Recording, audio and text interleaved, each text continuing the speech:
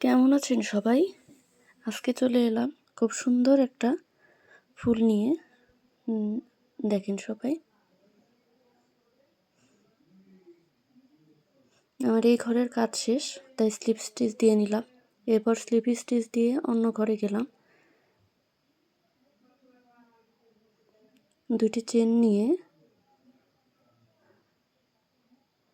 একটা double crochet করলাম।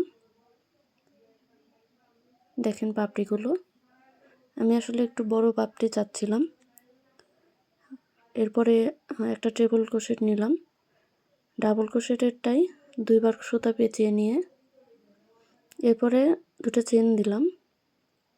এরপরে আবার আরেকটা ট্রিপল ক্রোশেট নিলাম।